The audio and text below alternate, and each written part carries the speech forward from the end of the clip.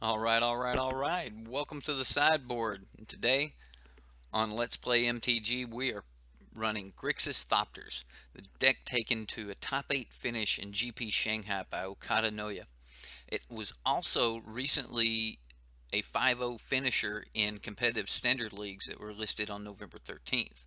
Now, today we're going to be running this deck in a competitive standard league, and I'm going to do it a little different than normal. I am going to break it up and post the videos in different videos per game, so you'll be able to just kind of go and see exactly which game you want to watch. And I just let me know in the comments if you like it better that way or just one big video of deck tech and the matches.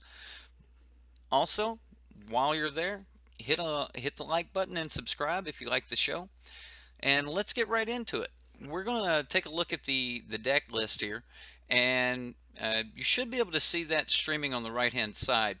Uh, for the lands, it has 4 Aether Hub, 2 Fetid Pools, 1 Field of Ruin, 2 Inventor's Fair. I really like this card, and when I ran the deck, and I normally don't run these decks beforehand, but I actually got a chance to run this one because I thought it was a lot of fun. That's why I wanted to bring it to you tonight.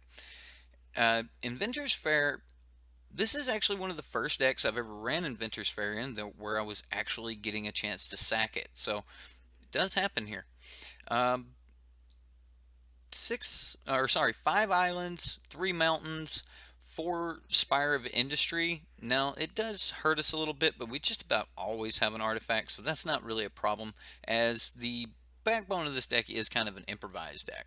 And then we have Spire Bluff Canals as with a playset of those to round out the land base.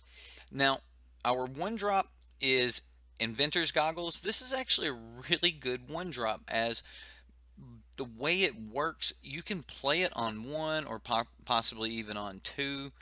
And the games where I had this on turn 1 just felt so much better than games where I didn't have it on turn 1.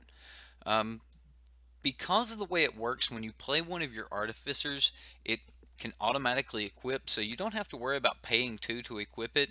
And that's really nice when you're bringing in an Aether Swooper on, turn 2. You go ahead and equip it. Now your Aether Swooper, Aether Swooper is a 2/4. Now, 2/4 may not be much, but it is bigger than a Braid and bigger than a standard Harness Lightning. They've got to actually put more energy into just killing something like an Aether Swooper. So, that is relevant. Also, at the one drop, we do have a couple copies of Magma Spray. Now, this card is really, really good, and with vehicles back in the format in a fairly healthy number, not a Teamer Energy or anything, but vehicles is, seeing some play. So the Magma Spray is really good. Also against Ramunap Red, which is one of the top decks in the format, probably number 2 in the format without question. I don't know, maybe some question. But Magma Spray deals with a lot of that deck.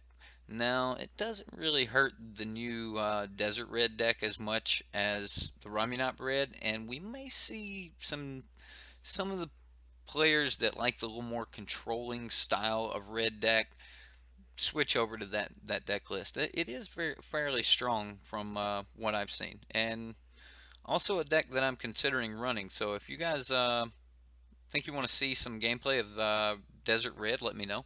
Now, in our 2 drops, we've already spoke about Aether Swooper and the fact that it's an artificer and is one of the main reasons we've chosen it, other than the fact that it can give us a little bit of energy and create a dude. Now, our other 2 drop is a piece of removal, Harness Lightning. Everyone's familiar with this card, and we do have a few ways of gaining some energy, so we can get a little bit bigger than, your standard 3 damage Harness Lightning. Now, one of those ways that we gain energy, and kind of one of the keys to this deck, is 4 copies of Decoction Module. Now, let's read this card. Whenever a creature enters the battlefield under your control, you get 1 energy. You may pay 4 and tap Decoction Module. Return target creature you control to its owner's hand. So we could return, say, an Aether Swooper, or if we have a Decoction Module and we play an Aether Swooper, we get 3 energy instead of just 2. Things like that. Now, we're not going to gain any energy from our one copy of Aethersphere Harvester entering, but where this really turns online, and a lot of you are probably already used to the combo and you already know exactly how this works. And if you do know exactly how the deck works, go ahead. Skip straight to the gameplay. I'm sure you're going to enjoy that much more. But for those of you who don't know how this works, once you get down 3 decoction modules, and I know that's not really what we're looking for here, but 3 decoction modules, you can go infinite with a Whirler or Virtuoso. Now, in testing, or just my runs before the stream here, I actually went infinite twice in 2 games. So it's quite possible, but more often than not, you're just making Thopters at for 2 energy or making them for only 1 energy. And when you're making a Thopter for only 1 energy, you can really do some broken stuff. You can really fill up the skies. You can really put out a lot of chump blockers and things of that nature. Also, being able to pick this up with your decoction module and then just replaying the Whirler to give you another 3 energy burst, which when you're making Thopters at 1 and 2 energy apiece, 3 energy becomes a lot. Also, if you have a decoction module or 2, when it enters, you don't get just 3, you'll get 4 or 5. So it really starts to add up. Now, because we can make all of those Thopters, we have cards like Metallic Rebuke, and also Metallic Rebuke's really good for just being able to, you know, tap our unused decoction modules or our unused inventor's goggles. It doesn't matter if your equipment's tapped or not when it's attached to your creature. So just making really good use of cards like Metallic Rebuke, which is a good counter spell, and it has Improvise just built straight into the card. Now, with Improvise, that makes this kind of like Mana Leak. And if you've watched our Pirates gameplay, we know how powerful cards like that can be. So we do have Metallic Rebuke here, and then we're running it in the main board. Also, a singleton copy of Pia Nalar, just another way to make some Thopters. And now, this is a 3 mana, you get 2 bodies. 2 bodies could equal into a lot of energy to possibly even get you to restart your flow of Thopters. From time to time, there will become a stall where you can't create as many Thopters as you would want, and Pia can help you get restarted at that. Now, also we have a singleton copy of Chandra Torch of Defiance here. Now, Chandra's really good, but here we're just using it to kind of fill in those gaps. It's removal, we need a little more mana, we don't get our energy, or we didn't get enough artifacts down, so we're going to have to hardcast a Maverick Thopterus or something of that nature. Chandra is really good for that. Also, moving on up into the 5 drops, we do have Sky Sovereign Console Flagship and Scarab God as our true 5 drops. The others are kind of honorary 5 drops, or they're 5 drops, but maybe honorary 2 drops. And those are Maverick Thopterist, which when this enters, you technically get 3 bodies to enter the battlefield, and even with a single decoction module down, that will help you restart your flow of Thopters to help clog up the board and start chipping in. The other card I was speaking of here as our 5 mana card is Reverse Engineering, or Reverse Engineer. Improvise, draw 3 cards, blue, and 3. I don't think you can see that on the screen there, but it's blue, and 3. And Reverse Engineer is just terrific. Pay 2 mana, draw 3 cards in most situations. Looking at the sideboard, we have a singleton copy of Field of Ruin. Now, he's got a copy in the mana base, the main 60 here, but an additional copy of Field of Ruin in the